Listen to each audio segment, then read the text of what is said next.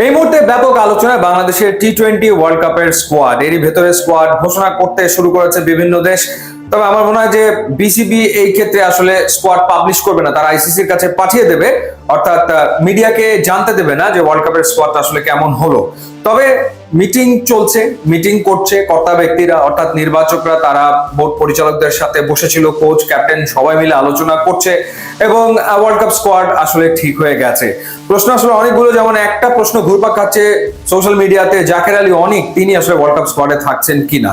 মোটামুটি ভাবে তো 13 জন কনফার্ম, 15 জনের ভেতরে ওয়ার্ল্ড কাপ স্কোয়াডে তারা থাকছেন। যেমন কিছু নাম আমরা বলেই দিতে পারি, 13টা নাম তো আমরা বলেই দিতে পারি, যেমন তানজিদ তামিম তিনি থাকছেন, এরপর সাইফ হাসানের ফর্ম এই মুহূর্তে যতই খারাপ থাক তিনি থাকছেন, পারভেজ হোসেন ইমন সুপার ফর্মে রয়েছেন তিনি, লিটন কুমার দাস, এরপরে তাওহিদ হৃদয় থাকছেন, এরপরে স্পিনে শেখ মাহাদি থাকছেন, Nasum Ahmed left arm spinner তিনি থাকছেন, এরপরে আর কে থাকছেন, এরপরে রিশাদ হোসেন থাকছেন, এরপর ফাস্ট বোলারদের ভেতরে মুস্তাফিজ, তাসকিন, তারা দুজন থাকছেন।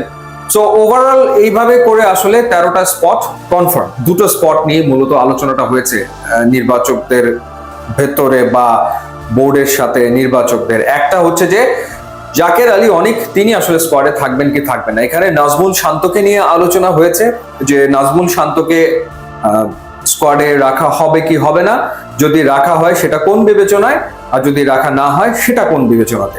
শামীম হোসেন পাটোয়ারি তিনি ওয়ার্ল্ড কাপ স্কোয়াডে থাকছেন এবং তিনি থাকছেন, পারফর্ম করেছেন লাস্ট ম্যাচটাতে, এবং লিটন কুমার দাস বাংলাদেশের টি-20 ক্যাপ্টেন তিনিও চাইছেন শামীম যাতে স্কোয়াডে থাক। এখন আরেকটা যে পজিশন থেকে যায় সেই পজিশনের জন্য আসলে জাকের আলী অনিক, নুরুল হাসান সোহান এবং নাজমুল শান্ত এই তিনজনকে নিয়ে মূলত আলোচনা হয়েছে। সো তিনজন তিন মানের ক্রিকেটার, তিনজন তিন জায়গাতে ব্যাট করে থাকেন, দলে তিনজনের ভূমিকা ডেফিনেটলি তিন রকম। জাকের আলী অনিক এবং নুরুল হাসান সোহান তারা দুইজন হয়তো উইকেট কিপার ব্যাটার হিসেবেই বিবেচিত হন, কিন্তু নাজমুল শান্ত পিওরলি আর টপ অর্ডার ব্যাটার। তো সেই জায়গাটাতে নুরুল হাসান সোহানের থাকার সম্ভাবনা খুবই ক্ষীণ, তিনি থাকছেন না। এবং জাকের আলী অনিক তিনি থাকবেন কি থাকবেন না সেটা নিয়ে আসলে খুবই এক রকমের ডিবেট চলমান রয়েছে। যদি জাকের আলী অনিক না থাকেন সেখানে নাজমুল শান্তকে ওয়ার্ল্ড কাপ স্কোয়াডে দেখা যাবে। আর একটা স্পট যেটা, সেটা হচ্ছে বোলিং ডিপার্টমেন্টে, সেইখানে রিপন মন্ডলকে নিয়ে আলোচনা হওয়াটা খুব স্বাভাবিক ব্যাপার। তার নাম এসছে, তাকে নিয়ে আলোচনা হয়েছে বিকজ তিনি এত দুর্দান্ত পারফর্ম করেছেন এমার্জিং এশিয়া কাপে, সেমিফাইনালে ইন্ডিয়া এ টিমের এগেন্স্টে বা পাকিস্তান এ টিমের এগেন্স্টে ফাইনালে, বিপিএলেও তিনি দুটো ম্যাচ খেলে দারুণ পারফর্ম করেছেন। সো তাকে বিবেচনা করা যায় কিনা। এখন সেখানে মুস্তাফিজ, তাসকিন রয়েছেন, এরপর রয়েছেন শরীফ এবং তানজিম সাকিব। সো এই চারজন হয়ে গেলে একজন পেস বোলিং অলরাউন্ডার হচ্ছে মোহাম্মদ সাইফুদ্দিন, তাহলে আর রিপন মন্ডলের সুযোগটা হয় না। কিন্তু সেই আলোচনা হয়েছে, রিপন মন্ডলকে নিয়ে আলোচনা হয়েছে।